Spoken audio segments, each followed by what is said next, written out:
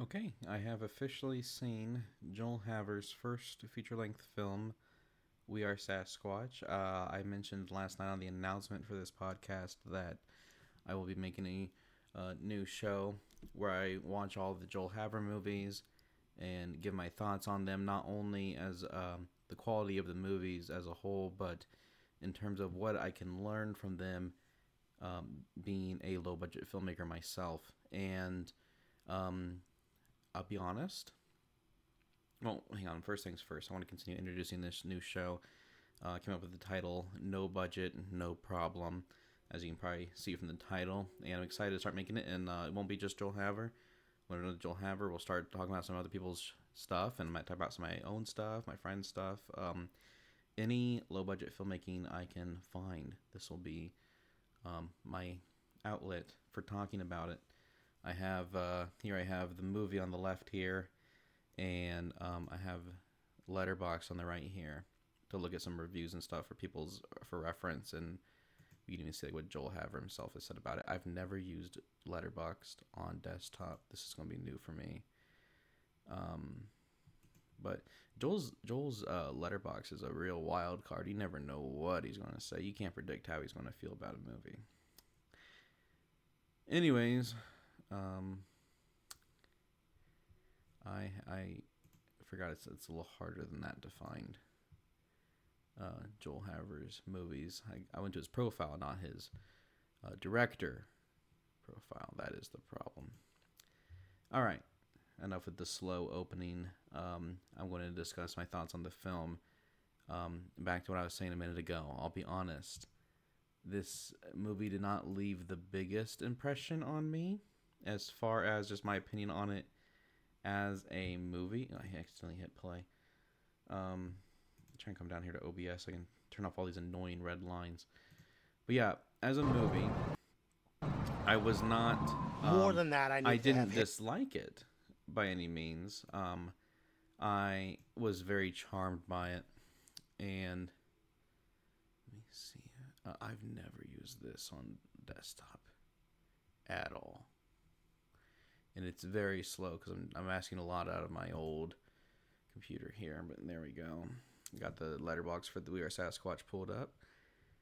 Yeah, I was very charmed by this movie. However, it's not something that it's just I boiled it down to not my thing.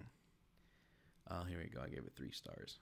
That's just my opinion as a movie quality. Of course, if I was like a critic or like a teacher grading this, obviously most of these no budget movies would just be an A plus, absolute A plus. I mean, like in terms of ambition and all of that stuff, I mean, it's marvelous. There's no doubting that.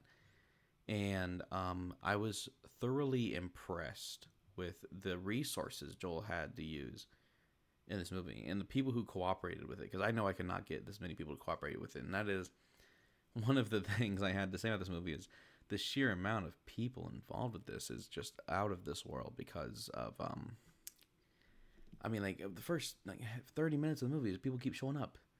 People keep showing up. It's like I mean, like you have the all these actors, and what's sad is I think I don't think that's him. There, he's not. I don't think he's until later in the movie, but Jack Haver is in this movie. God rest his soul. Joel Haver's late father, and it was really nice to see him actually in something. I think he's in a lot of Joel's older stuff, but I don't know for sure. And this movie kind of has like this like a Truman Show, The Office. What else does it? Like half documentary, half Modern Family. It was very much reminded me of Modern Family. Now, the VHS look for this movie does give a bit of an illusion of progress with Joel's filmmaking, where it's like, oh wow, he went from like VHS to HD. This is almost like a James Rolfe level of jump in quality from of filmmaking and like talent and resources. But I mean, this movie was filmed over 2016, which I kind of consider to be like the very end of like broadcast yourself era YouTube and like Wild West internet content because of just how I mean, like that's when the independent feeling of YouTube started to wane, in my opinion. Because I mean, I know this is a strange way to um, describe this, but I mean, a lot of people sort of say like when T Series outbeat PewDiePie. I don't remember how long ago that was. It feels like forever ago now. But that was, of course, I was like, when literally corporation overtook personal creators. But I think Mr. Beast has a T Series beat now, which I mean, I consider Beast to be like a corporation in its own way now. But that's a whole other story. Anyways, 2016 is sort of when there was a last little bit of shining light of the independent feeling from YouTube, and I consider like when Filthy Frank stopped making videos as Filthy Frank, and that was kind of like the end of this sort of like free for all Wild West era YouTube for us. And ever since then, it's been nothing but sponsorships and brand deals and cameos, and just like, I mean, it's on par with television in terms of the way YouTube is produced now. I mean, it does, it's weird because like, I mean, like 2016 doesn't sound like that long ago, but that's 9 years. That's 9 years ago now, and almost a whole decade, and it really is a different time. It doesn't feel like it, but it really, really is a different time. And so even though this movie has this nostalgic vibe that gives the illusion that it's even older than it is. I mean, this movie is supposed to look like it's 30 years old, from 1997, but it's only 10. It's only 9. It's only not even that. It's 8 years old. But of course, the setting is 1997. I want to say I'm very impressed with the loyalty that this has to that time period. And like, I think Joel is very lucky to I think this takes place in Canada. Joel's Canadian, so it's really it's revealed at the end what town this was filmed in. I'm trying to remember. But I mean, this movie has a very Midwestern vibe to it, and I really enjoyed that a lot because it kind of reminds me of like Joe Pera Talks With You or something like that. I'm going to get into other stuff that this really reminds me of as the film goes on, but this is Joel Haver's only scripted movie, so he claims, and not that I doubt his other movies are unscripted or anything, but I have this weird sinking feeling that there's like a feature-length Joel Haver movie that we just don't know about. It wouldn't surprise me if there was like a feature-length film that Joel just like it doesn't have available on the internet, or it's lost somehow. It would not shock me. I'm sure that Joel Haver, if you want to say Joe Pera, Joel Haver iceberg must go pretty deep. Back to sort of my thoughts on the film. It's it was a little long. I mean, it's only 95 minutes, but like this definitely could be cut down. And I was not a fan of a lot of the plot because of like it has a very small scale and homey plot to it, and which is fine. There's nothing wrong with that. And in fact, I like a lot of movies that are like that. But like I said, like there's a dance competition in this movie that I just wasn't that invested in. Yeah, it led for a lot of good comedy, but it just wasn't really very gripping to me. The third act is my favorite because the movie shifts focus. There's a character who comes in and says that they found Sasquatch Jesus, and it makes it hard to believe this isn't a improvised movie in some regards, because saying like this sudden whiplash to saying like, oh, we found Sasquatch Jesus is it gives it right there. What is that? Belchertown. Okay, are you going to pause or not? Is that how this is going to be? So, Belchertown. It's in Massachusetts, apparently. So yeah, Joel. I know Joel's Canadian, but he wasn't there for very long, apparently.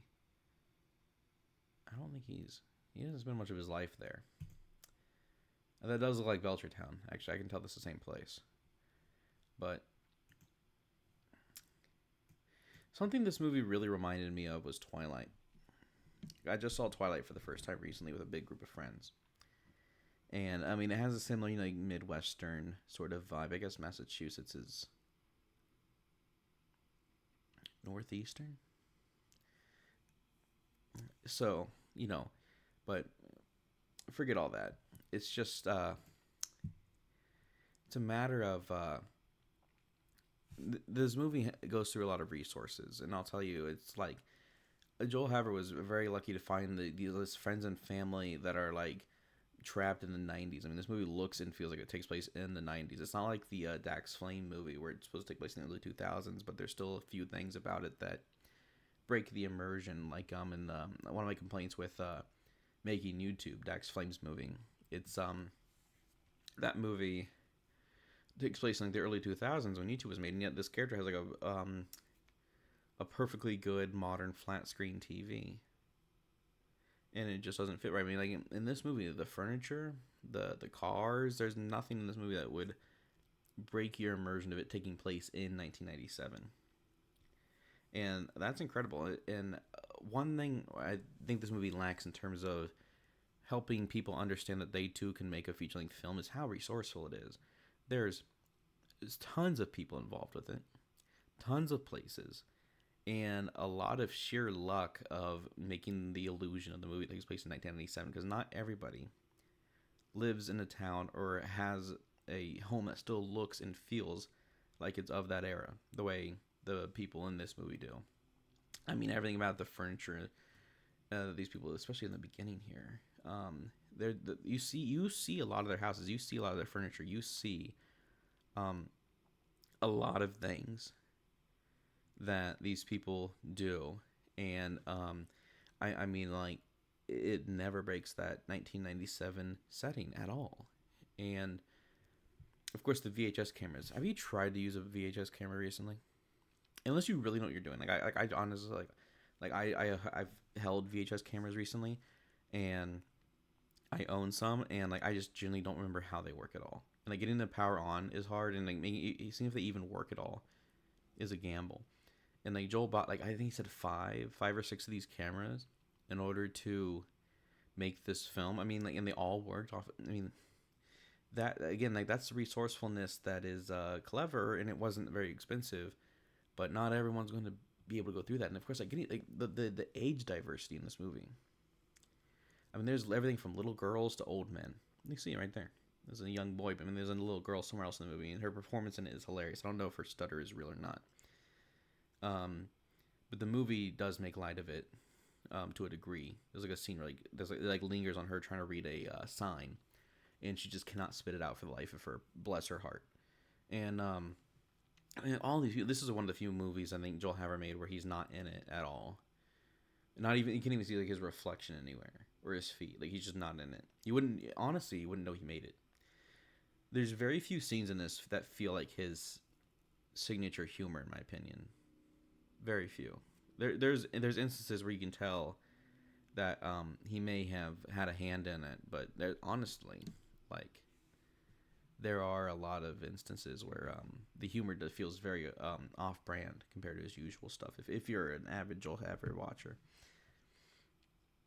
So all in all, I mean, like, this movie being a big production in this small town, it doesn't really feel like something that would make a lot of people realize that they too can make a big movie. Because I mean, like, I'm trying to imagine myself trying to do a movie to this scale with this many people and the problems I'd have, especially like my parents. Joel's lucky his dad. I mean, he has an amazing dad. I have a great dad too, but it's in a different way. Because Joel is lucky that his dad is willing to participate in stuff like this because of, like, I mean, I can only imagine my dad, but he would ask so many questions. Saying, like, oh, how many people are going to see this? Where's this going to be posted at? How, like, how popular is this going to get? What am I being associated with here? There'd be so many questions. And like, with this, it's like, Joel found all these people and all these friends and family that is just willing to participate in this film and, like, and play along with the story and the characters and the act and everything. I mean, in all the locations. I mean, like, Joel, I don't even want to imagine how many calls and how many like visits Joel had to make, and how many hands Joel had to shake in order to make this movie. I want to go back to the Twilight comparison for a bit. There's a made up sport in this movie called like Prism, and it's hilarious. It's the best part of the movie is this made up sport of Prism. It looks miserable and impossible to play. Where it's like a ball game, it's like lacrosse, but instead of a ball, it's a prism, and it just you can't throw it at all. And I'm not particularly describing it very well, but if you can watch the movie, and I'm actually doing this podcast with like the pretense that the viewers have seen the movie. Anyways, you watch you watch this, and you see like the prism scene. It actually kind of reminds me of the baseball scene from Twilight because of how silly it is and how it's lots of the plot is sort of right on the line of that, and there's a lot of character development in that scene. It's a pretty similar scene through and through, and even in terms of just pure goofiness. And another thing is like I haven't even really touched on the main premise of this movie. The main deal with this movie, right, is that you're probably looking at all this footage and like, where are the Sasquatches? Are they hunting the Sasquatch? No. There is no real like Sasquatch costume in this movie. What we have instead is this really interesting premise that Sasquatches are required by law to shave their face every morning in order to look more like regular people, and they just live along people as a different race. So again, that's another thing where the Twilight comparison comes into, where they have the vampires and the werewolves and like the real human beings and stuff. It kind of gives us an excuse for a racism sort of like plot or dynamic between characters, despite every character being played by like most actors in this are just white people. And that sounds like a criticism. It's not. I don't care about that type of thing. It's more so just like there's like this like I'm different than you dynamic, even though you wouldn't have that if not for this premise. And it's very similar, like I said, like I compared it to Twilight with the vampires, even though they just sort of live amongst people and no one notices. That's how the Sasquatch are in this film. So if you're looking to see a goofy, I forget what the name of it. There's that Sasquatch movie that came out a few years back. It was like a comedy. This is the best scene in the movie, by the way. And but there was like this weird Sasquatch movie that came out a few years back. And if you're expecting to see something like that, where the Sasquatches are in full costume. Sasquatch Sunset. Yeah, if you're looking for something like Sasquatch Sunset, you're going to be disappointed. Because like there is no like makeup or costume design even remotely like this. It's just this premise that Sasquatches are required to shave. And they look like normal people and they just live amongst more regular people and that's it. Which is interesting. It was very interesting. But it was not... it may go against what you expect, but you're that if you're disappointed by that, there's still a lot here to enjoy, and there's a lot to go off of with this movie. There's a lot of content here. I want to get back on focus real fast. I said earlier that what is this like live chat? I've never seen this. I said earlier that there was an illusion of progress with Joel's movies from this to the next one because of the VHS camera. So if you blindly saw this and you saw Joel Haver's next movie, you would think, wow, what a jump in quality. You know, he's come a long way. You made these movies as a kid, right? You'd probably see this and think Joel Haver filmed it as, as a teenager. But it wasn't made that much longer before his second movie. And it wasn't made that differently. His filmmaking skills here and his thoughtfulness behind his style is ever present. This VHS style is absolutely intentional. It was an artistic choice and it works really well. It works so well that if I wasn't so lazy and tired last night, I would have stopped watching the movie immediately, grabbed my laptop, hook up to the CRT television, and watch it on my CRT television like a proper VHS tape. I even considered like doing the whole like recording over it, like hooking it through my VCR and recording over it to make my own proper VHS copy of the film. I think that'd be fantastic. But of course I was really tired and did not do that. But I might do it sometime soon. I don't have much interest in watching this movie in its entirety again soon, at least not alone. I'd probably watch it with friends if anyone's curious too. consume these types of movies alongside me. I know that these no budget movies are not everyone's cup of tea. I cannot believe how far away from the end this is. This felt like it was further down the line. This isn't even the hour mark. This dance scene. This movie is one of those movies I will say feels a lot longer than it really is.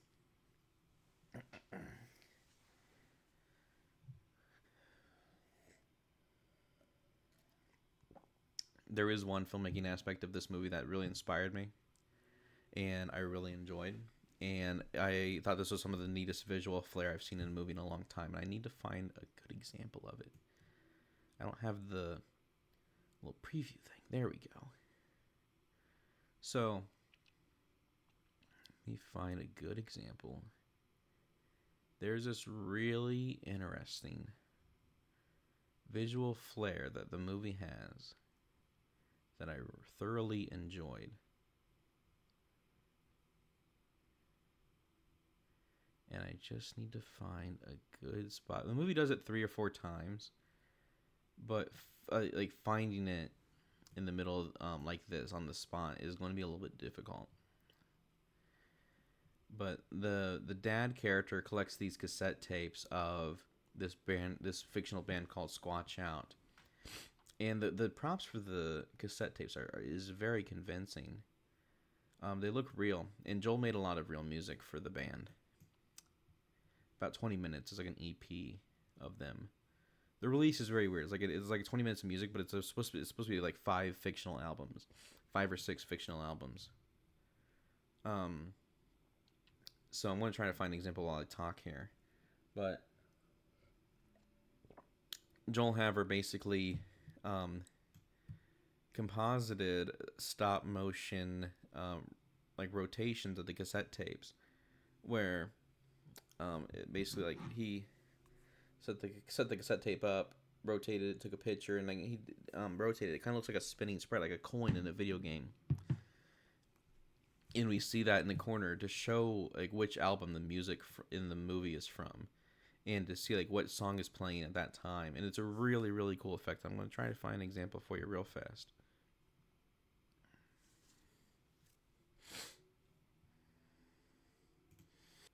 Here we go.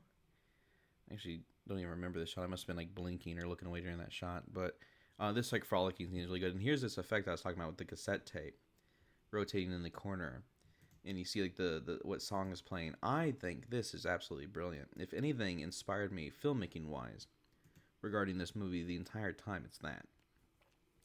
Other than that, I did not see a lot of my own style or a lot of my own like ways of doing things in this movie at all. And again, that's the kind of the beauty of low budget filmmaking. And this isn't criticism.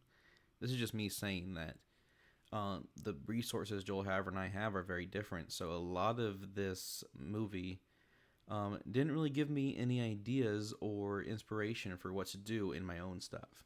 And that doesn't make it like a bad movie or anything.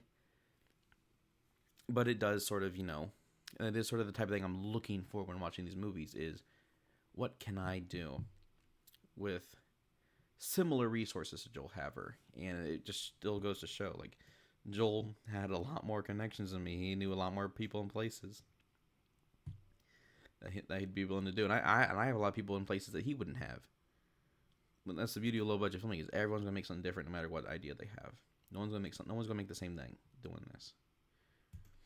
And this is my favorite part of the movie, basically, is when the movie goes from being like this small town dance-off plot to actually proper Sasquatch hunting, which is a little bit more entertaining for me personally, even though this instance is a little bit hard to follow. Even like a character like dies. I couldn't even remember who it was. They all kind of look the same.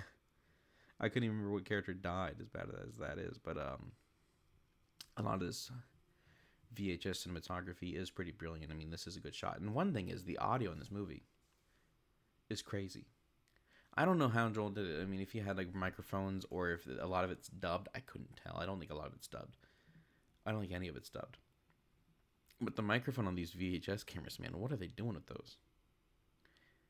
These VHS cameras are crazy. So, do I recommend checking out We Are Sasquatch? Sure. Sure. If you really dig VHS aesthetics and you're charmed by 4x3 stuff, I say go for it. If you have a CRT television with an HDMI adapter the way I do, grab your laptop, put it on a 4x3 TV, and watch it like it's an old VHS tape. I mean, honestly, like the quality of this, if you found this on a proper VHS tape from back in the day, most people probably wouldn't question it. Most people wouldn't think like, oh, this is a new thing made recently. No. You probably would think this is just some weird old skit made by an old TV channel. Or something Adult Swim would crack up. It does feel like that. A lot of Joel Haver stuff has an Adult Swim feel. Has a very Alan Resnick feel.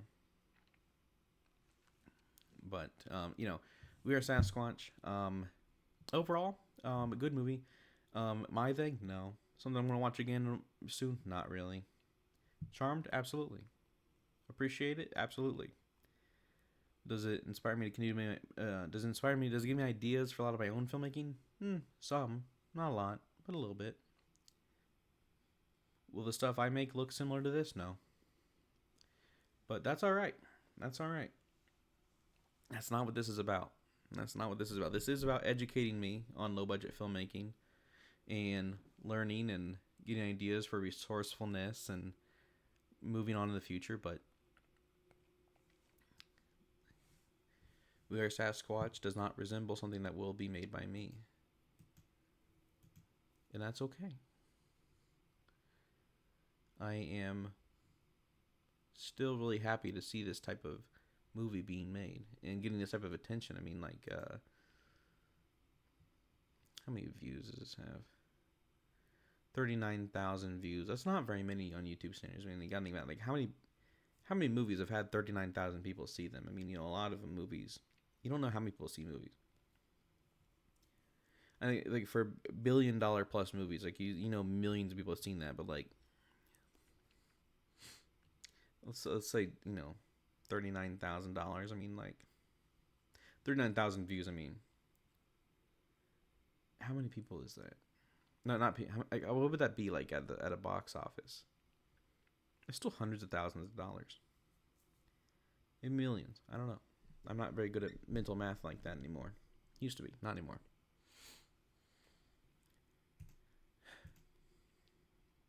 What's next on Joel Haver's thing? Let me see. The next Joel Haver movie is his first improvised one, and it is far more. It's far less planned. It's far less planned. I don't know if it'll feel less planned. Joel Haver has a way of making movies that don't particularly. I'm on this playlist though. Movie shot during the Oscars 2025. I'm on this playlist. Which I'm very proud of. Let me find his feature films playlist. I don't know if he's updated it yet to have his. Yeah, The Call is on there now. The Call is not on Letterboxd, by the way. Someone needs to get on that. But Joel Haver has a really rough history with Letterboxd. We see the aspect ratio has changed. We've gone from 4:3 all the way to ultra wide. But so the next movie is 31 Days in Marshall, North Carolina. Somewhere I've never been for a very extended amount of time. I've only driven through North Carolina. I don't think I've gotten out of the car in North Carolina longer than a few minutes at a gas station, if anything. I'm sorry, that was very gross what I just did, but it's all right. Allow me to. There's a description for this. Like, the poster is the description, which Joel Haver's movie posters are very good. I love the amount of effort he puts into them, even though it's not really easy to view them.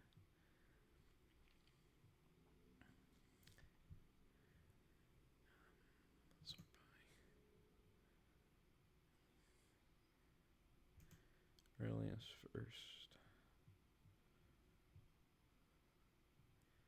It's a lot harder too.